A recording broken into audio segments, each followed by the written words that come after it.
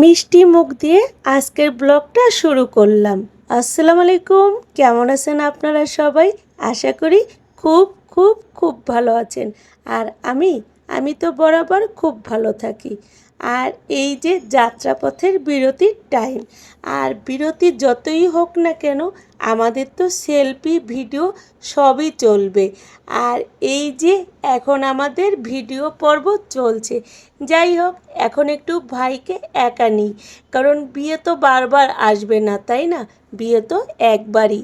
তো এই একদিন যদি একটু ভিডিও মনের মতো না করি বা ছবি মনের মতো না তুলি, তাহলে কি হবে বলেন তো? তো যার যা মন চাই এই দিনেই তো করতে হবে, তাই না? আর এই যে কিছুক্ষণ ভাইয়ের একা ভিডিও করলাম, এখন দৌড় দিয়ে আমার বোন আসবে যে ওর সাথেও একটু ভিডিও করতে হবে।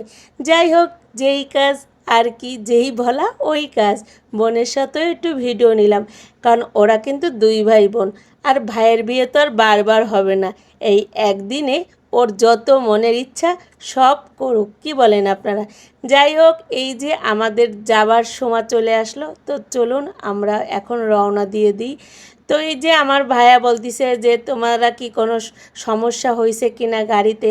তো আমি বললাম না, সব কিছুই ঠিকঠাক। আর যেখানে আমার বড় ছেলে আর আমার আম্মু থাকবে সেখানে তো এরকম মজা হতেই থাকবে। তো দেখেন, মানে আমার আম্মুকে একটুও বোরিং হতে দেয় না আমার ছেলে। তাই তো সব সময় সব পরিস্থিতিতে আমার আম্মুকে হাসানোর তালেই থাকে।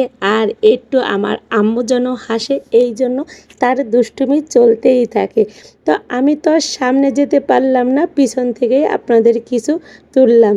তো এই যে এগুলো কিন্তু ভালোবাসার এক মুহূর্ত। আর আমার মেয়ে দেখেন কিভাবে তার মার কাছে ফুলটি দিল। তো যাই হোক, আমাদের ভালোবাসা ভরপুর। একটা কথা না বলে পারলাম না, আমি কিন্তু জামালপুরের প্রেমে পড়ে যাচ্ছি, মানে জামালপুরের রাস্তাঘাটের প্রেমে পড়ে যাচ্ছি।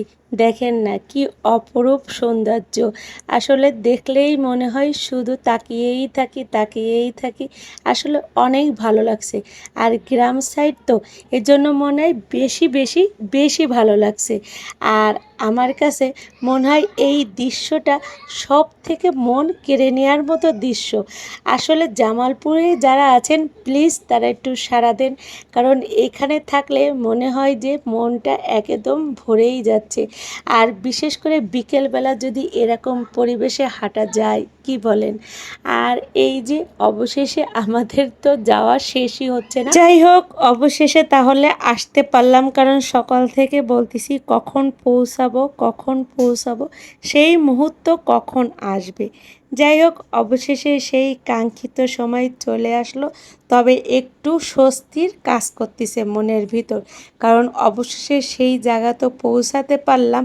আর অপরিচিত জায়গা যা হয়, মানে অল্প সময় লাগলেও মনে হয় কি অনেক পথ।